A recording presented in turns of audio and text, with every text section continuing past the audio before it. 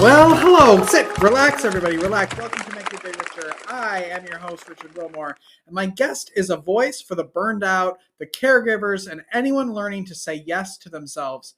Carrie Severson is an acclaimed author, speaker, and CEO of the Unapologetic Voice House.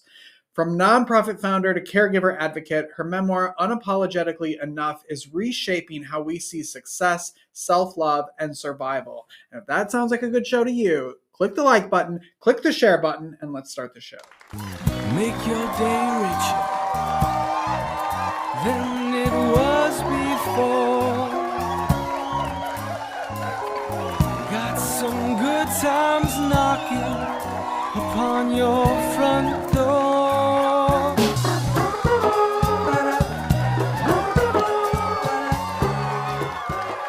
Carrie, thank you so much for being here. Thanks for having me. When did you get into this type of work? I want to talk about your books. You have some amazing books. You are publishing. You're doing all of these great things around burnout. How did this come about in your life? I first experienced burnout in 2012 when no one was really talking about it. I created a nonprofit for girls. It was a bullying solutions organization. Michelle Obama had just launched StopBullying.gov, and the First Lady of Phoenix, where I live, just launched Stop Bullying AZ. And I had just started my organization. It was supposed to be a local thing here in Phoenix. And literally overnight, I was catapulted to national spotlight. And I took off running at a pace that I was unprepared for. I grew the organization nationally. I partnered with national companies, big firms, was training facilitators all over the country. We had an after-school program that we licensed to facilitators and supporting thousands and thousands and thousands of girls a year. Created workbooks that were sold through a publisher. And it was like right time, right place, right product, right response. We had a foundation built, but emotionally, mentally, physically, the demand was something I was totally unprepared for. So I burned out and went back to my roots of storytelling. I'm a storyteller at heart, have a journalism degree. I've always been in storytelling. And when I was recovering from burnout, I didn't actually know it was burnout until I started doing research and really understanding the nervous system. But this was something I had to piecemeal myself more than a decade ago. So when I started talking about what I was experiencing, more and more women were like, oh my gosh, this is me. I can relate to this. And then they started asking me to get up on stage and share my story of entrepreneur burnout. And that sort of led to people coming forward and asking me to help them share their story. So when, I firmly believe when one door closes, a window opens kind of thing. And I felt a natural push out of my nonprofit journey and into professional storytelling to help other people tell their stories. And that's how I got into book publishing. Wow. Can you talk a little bit about what burnout is? Because I think people might get it confused. It's just like, I'm chronically tired. Like what burnout actually is. Yeah, for sure. So burnout is defined as unmanaged chronic stress, and it impacts our nervous system. So if you're day-to-day stressors, everyone has them, right? We're throwing several things around. Many of us have, families, caregiving responsibilities, and work responsibilities. Those are natural. But when we have chronic stress that is unmanaged without coping skills, eventually it will wear on our nervous system and lead to burnout. So I oftentimes kind of show it where chronic stress is here, and unless you're able to do coping skills, you will automatically move into another category. It's it all comes down to your nervous system. Okay. And you're still so busy. You're still doing so many things. How do you keep yourself in check still? Like, what do you do? Yeah, I say it's like oftentimes I'm like, sometimes I'm a recovered burnout. Sometimes I'm just a burnout. And so I've decided to sort of replace that with I'm a recovering. I think it's a lifelong thing for me now because I'm an entrepreneur at heart. It's really easy for me to work and work and work and work and work. So I do tools. I know a ton of tools to turn off that fight or flight and turn on that the sympathetic or the state of relaxation. Box breath, cold therapy, cold showers, my number one tip. Everyone's doing the cold plunge, but I oftentimes have ice rollers. I'll roll on my neck. Box breath is the breathing technique the Navy SEALs use, where you're exhaling for 4 counts, holding for 4 counts, inhaling for 4 counts, holding for 4 counts. I do that often.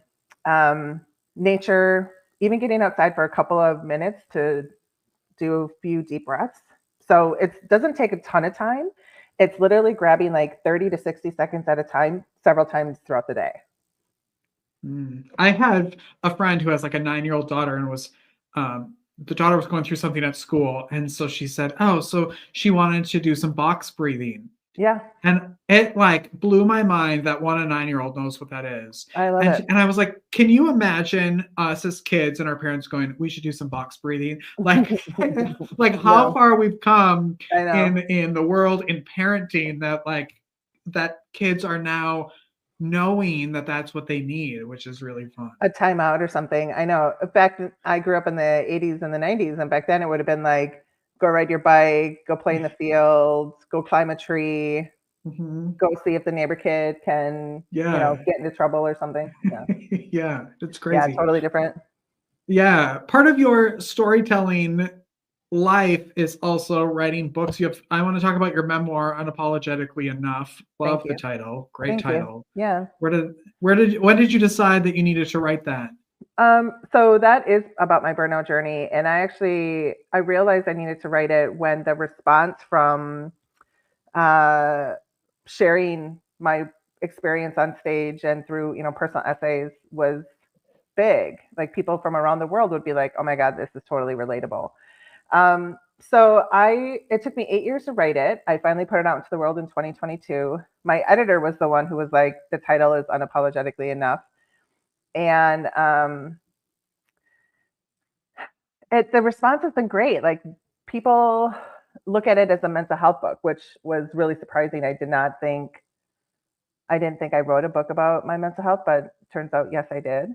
And it's given me opportunities to actually go into corporate spaces and do burnout recovery seminars for, Fortune 500 companies. The healthcare industry desperately needs burnout recovery tools and techniques. And now, I've done a lot of work in the caregiving space over the last year. I'm hoping that a lot of changes come from caregiving moving forward. Yeah, well, that goes right into your newest book. Perfect. I say, do the dishes. Yeah. Yes. Tell everybody about that book. My husband was diagnosed with head and neck cancer a year ago, and last year was the cancer show. It was incredibly challenging, and caregiving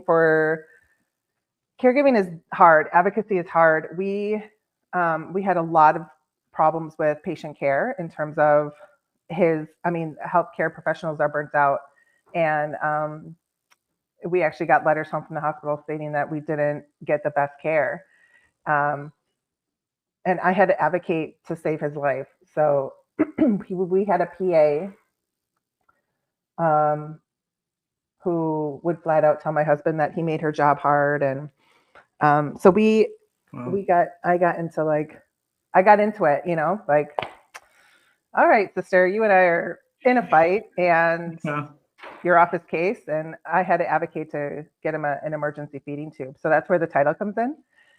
But when you're advocating and caregiving for a spouse, there's the added element of challenges in the home where, there's a lot of chores that have to get done. And if he's sick, they're on me, but they stay on me until I'm like, all right, now you have to do the dishes because you're healthy. So, it's a play, it's a fun title. It's lighthearted about a really heavy topic. But there's 53 million family caregivers in the United States. every caregiver that I talked to was like, oh my God, I love the title. So I'm hoping it lands Yes. well. Yes, we've talked about caregivers multiple times on this show and what goes into caregiving and the stress that's put on caregivers that isn't Mhm. really talked about. And I know there are studies that will tell you that being a caregiver is worse on your health than For than sure. than the patient. It was so It's hard. all yeah. How's your husband doing? He finished his cancer treatment in March of 2024. But even after you finish something like that, then there's the long-term effects of cancer treatment in terms of once you are finished with chemo and radiation, it's still in your body. It's not like you finish treatment and you're totally healthy. So he had a feeding tube, he had a port. His actual treatments didn't really stop until like July. So we're about six Yeah. months out of it. Yeah. And we're both in the house. We both work from the house, as you can tell, and Yeah. stepping on each other's toes all the time. So we're figuring it out, Yeah, it's like fun, isn't it? every other caregiving couple here. Yeah. Yeah. Yeah. When did you get into publishing and why was that important to you? And I love it's Unapologetic Voice House Publishing. Like Yeah. again, The, such a great yeah. title. Thank you. The title actually came because when I wrote that first book, I tried to get it published traditionally, and agents compared the work to already established authors, New York Times bestselling authors. But because I didn't have the platform size they did, I was always passed over. I was like, oh my gosh, it kills me to pass on this, but I have to because of your platform size. You're not saleable. And eventually I got tired of just sort of being like, I know, I'm so sorry. I don't know what else to do, because you're if as an author, if you want to get published traditionally, you're responsible for bringing an agent and an editor everything they could possibly need to sell your title. And I just got tired of apologizing for not already being as big as the New York Times bestselling authors I was being compared to. So, yep, the Unapologetic Voice House was born, I think, in 2018, and I've published other authors just like me, big voices, big books, but not big platforms. So Are you looking? That's a great question for people out there who are writing books. Like, what type of authors are you looking for, and how can they connect with you? yeah, I love nonfiction titles. That's sort of my bread and butter. I've been in that space for 30 years. I love personal development, transformative books. I'm not the person that you go to if you're a coach or a consultant and you want to get a book turned around in 3 months. That's not me. We do everything from, developmental editing, ghost writing to marketing. And so if somebody has a title that they haven't finished, that they need some help with finishing, we take those on and bring them across the finish line. I have a ton of people that kind of work with us. Yeah. And then having a little bit of a budget for marketing is always helpful, right? Yeah, because these days we are responsible for making our product known. And there's so many things, right? There's podcasts, there's events, there's social media. Yeah. Yeah, there's a lot that goes into it. What's the best way that people can connect with you? So CarrieSeverson.com is great. I'm on social media at author Carrie Severson, both Instagram, TikTok, Facebook. But yeah, CarrieSeverson.com. You can contact me there. Good. What do you love most about your life right now? That we're on the other side of this cancer thing. That was a brutal chapter. And that I'm able to lean back and have more of my life. That, when you become a caregiver, your sole purpose is to keep somebody else alive, right? And you tend to go to the back burner all the time. And that is incredibly challenging to sustain. And I talk about burnout. Like coming out of caregiving burnout was so much harder than coming out of entrepreneurship burnout. And I'm grateful that I'm on the other side of that. Good. Great answer. I thank you for being here, for sharing your story, and for helping so many people. I appreciate it. Yeah, Carrie Severson, everyone. We'll take a break and be right back after this. Don't go away.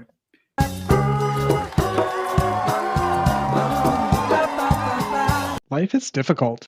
Are you feeling overwhelmed or like you could use a little support for your mental well-being? Visit the Help Hub.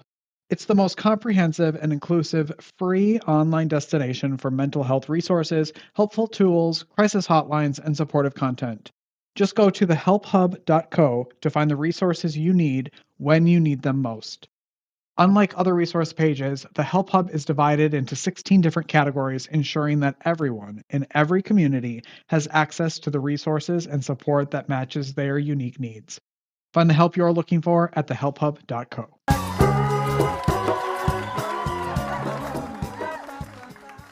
Welcome back, everyone. Hey, so I had my first viral moment online, and it had nothing to do with the show, which is kind of sad, but it also is a testament to the Britney Spears fans, plural, out there.